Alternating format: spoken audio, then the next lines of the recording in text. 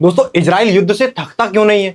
Gaza का war बड़े लंबे समय से चल रहा है और हाल ही में ईरान के साथ जो कॉन्फ्लिक्ट हुई वो भी बड़ी भयंकर थी। उसमें भी इजराइल और ईरान आपस में खूब भयंकर उलझे और उसके बाद अब आ गया नंबर सीरिया का। और रिपोर्ट्स में दावे भी किए जा रहे हैं कि ईरान पर एक बार फिर से हमला हो सकता है, कभी भी हो सकता है। इस तरीके की रिपोर्ट्स भी आ रही हैं। और अभी इजराइल ने जो सीरिया है उस पर भयंकर हमला कर दिया। मतलब आप ये समझ लो कि जो राष्ट्रपति बैठते हैं वहां पर, उस जगह को इस तरीके से धुआं धुआं कर दिया। इस तरीके के हमले सीरिया में हो रहे हैं। अब कुछ लोग बोलेंगे कि इजराइल को कुछ काम नहीं है क्या, सिर्फ युद्ध में ही उलझा रहता है? तो इस बार की जो वजह है वो थोड़ी सी अलग है।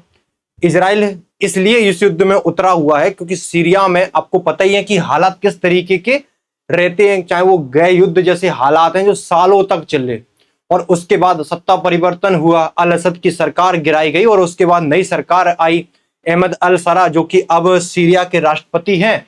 और उन्होंने सत्ता संभाली और उन्होंने सत्ता संभालने के बाद एक बात कही थी कि जितने भी अल्पसंख्यक हैं सीरिया में सभी का ध्यान रखा जाएगा, सभी की सुरक्षा का।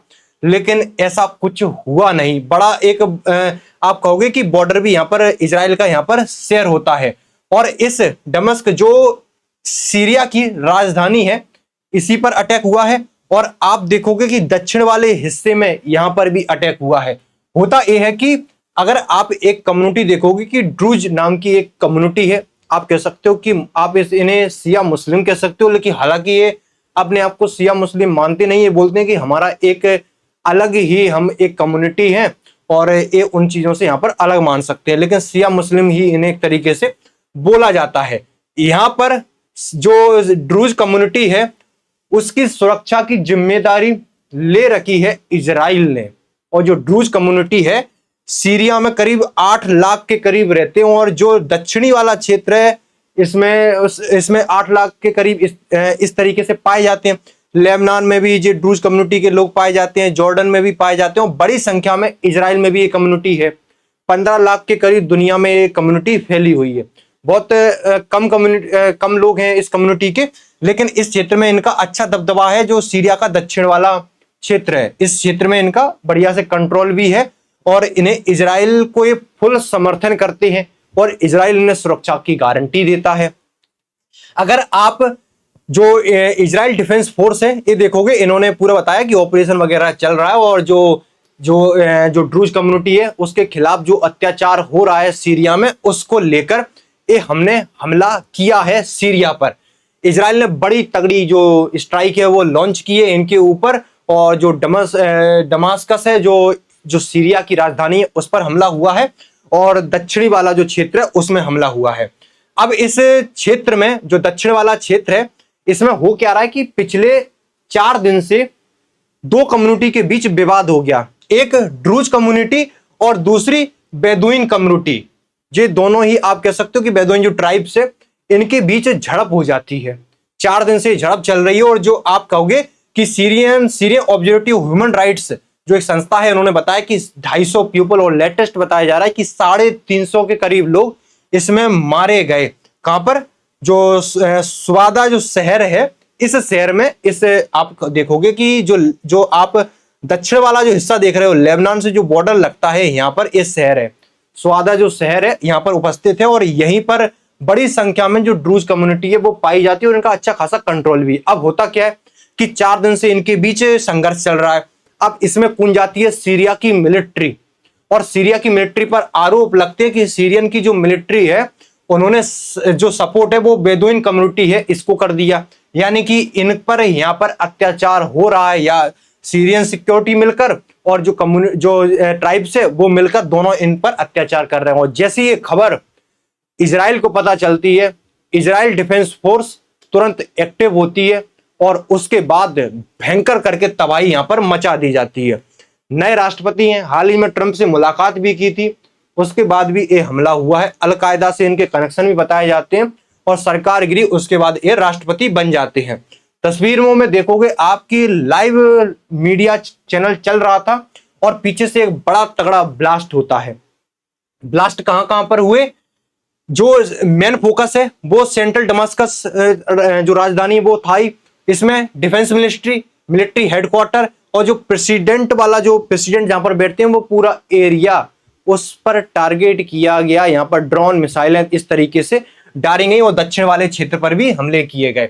नेतन्याहू ने क्या कहा? इन्होंने कहा कि जो ड्रूज समुदाय है उसकी रक्षा के लिए ये हमला किया गया है और इन्होंने साफ यहाँ पर चुनौती भी दे दी सीरिया को कि आपने जो दक्षिण में जो सीरियन मिलिट्री भेजी है तुरंत उसे वापस ले लो, नहीं तो इससे भी बड़े हमले होने वाले हैं। इस तरीके की यहां पर धमकी दे गई। आप जो पूरा मैप देखोगे सीरिया और इजराइल दिखेगा, आपको गोल्डन हाइट्स दिखेगा। इस क्षेत्र में एक कम्युनिटी पाई जाती है और जो गोल्डन हाइट्स है 1967 में इजराइल ने इस क्षेत्र पर कब्जा किया था जब वॉर हुई थी, जो जिसमें 6 दिन जो वॉर चली थी जिसमें सभी देशों को खदेड़ा था इजराइल ने। उसी समय बड़े क्षेत्र पर कब्जा भी कर लिया था। हालांकि बहुत सारे क्षेत्र इजराइल ने यहाँ पर लौटा भी दिए थे और जो गोल्डन हाइट्स है इस पर अभी भी कब्जा है और इसी क्षेत्र में और यहाँ पर इस क्षेत्र में जो पाई जाती हैं। और जो ड्रूज कम्युनिटी है आप कह सकते हो कि जो इजराइल की जो सेना है उसमें भी है और बड़ा अच्छा समर्थन इनके द्वारा इन्हें मिलता है। यहाँ पर इजरायली रक्षा मंत्री ने यहाँ पर धमका दिया कि तुरंत सेना निकालो, नहीं तो इससे भी बड़े हमले होंगे। और 4 दिनों से जो हिंसक लड़ाई चल रही थी उसी का जो मेन कारण है कि लड़ाई तो 2 कम्युनिटी के बीच चल रही थी, लेकिन इसमें यहाँ पर सीरिया की मिलिट्री है वो एंटर कर जाती है और सीरिया की मिलिट्री पर आरोप लगाए जाने लगे कि वो इन्हें समर्थन करने लगे दूसरी ट्राइब्स को यहाँ पर। और इसी के लिए यहाँ पर जो इजराइल है उसने यहाँ पर एंट्री कर ली। जो इजराइल है अब एक बार वादा कर दिया किसी कम्युनिटी के साथ, जो कम्युनिटी जो ड्रूज कम्युनिटी है, कि तुम्हारी हिफाजत हम करेंगे, दुनिया के किसी भी कोने में अगर तुम पर अत्याचार होगा तो उसके लिए इजराइल तुम्हारे साथ खड़ा मिलेगा।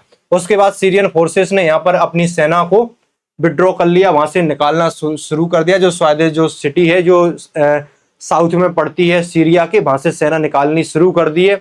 अगर हालांकि जो सीरिया के राष्ट्रपति है अहमद अल सरा, इन्होंने कहा कि हमारा युद्ध में कोई इंटरेस्ट वगैरह है नहीं कि इजराइल के साथ हमें उलझना, और ये तुरंत लाइन पर भी आ गए हैं। एक हमले के बाद इन्होंने बोल दिया कि जो कुछ भी इस क्षेत्र में हुआ है उस जो ड्रूज कम्युनिटी पर जो अत्याचार हुए हैं उसकी जांच वगैरह भी करेंगे, किन लोगों ने किया उनको सजा भी देंगे।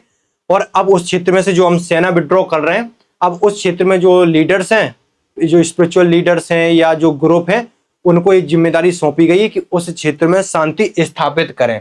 अब आप देखोगे कि ये अलकायदा से संबंधित आतंकी भी रह चुका है, इनामी आतंकी, और आज सीरिया में इनके द्वारा सरकार भी चलाई जाती है। और ट्रंप से हाल ही में मुलाकात भी हुई थी, तो ट्रंप के एक तरीके से आप कह सकते हो कि समर्थन में आ चुके हैं। जो पहले असद की सरकार थी उनका रूस को समर्थन था, लेकिन अब जो सरकार आई है, हालांकि ट्रंप ने इनसे बातचीत करके इन्हें अपने पक्ष में ले लिया है, लेकिन यहाँ पर इजराइल ने जो हमला किया है वो ड्रूज कम्युनिटी को बचाने के लिए किया था। जो ड्रूज कम्युनिटी पर जो इस क्षेत्र में अत्याचार हो रहे हैं, हालांकि इन्होंने कहा तो है कि इस चित्र का अब ध्यान रखा जाएगा, बाकी देखना होगा कि क्या कुछ होता है, क्योंकि हमले बड़े तगड़े हुए हैं। अगर ये चीज चलती रहती है तो इजराइल यह भी हमले करेगा और इधर चल ही रहे हैं, लेबनान को भी लपेट ही लिया, गाजा में चल ही रहा है, और आप देखोगे कि इधर ईरान से उलझ ही लिया। यानी कि सब जगह जो इजराइल है वो जंग में उलझा हुआ है। और एक वजह भी बताई जाती है कि इजराइल इतना युद्ध लड़ क्यों रहा है। जो इजराइल के जो आप कह सकते हो कि प्रधानमंत्री हैं बेंजामिन नेतन्याहू, इन पर करप्शन का केस चल रहा है, और इस करप्शन के केस से बचने के लिए बोलते हैं कि ये युद्ध में देश को झोंक देते हैं, जिससे जो करप्शन वाला केस है वो कहीं ना कहीं दब जाए, क्योंकि अगर करप्शन वाला केस खुलता है तो इन्हें सजा भी हो सकती है। और इसी चीज को दबाने के लिए ये जो युद्ध में है, हालांकि अब क्या सच्चाई है इसके पीछे उसका खैर अब आप लोग आकलन कर सकते हो। ये अपडेट्स थी, जैसे कोई न्यू अपडेट्स आती हैं आपको मिलती रहती है। फिर मुलाकात होगी आपसे नेक्स्ट सेशन में। Thank you so much.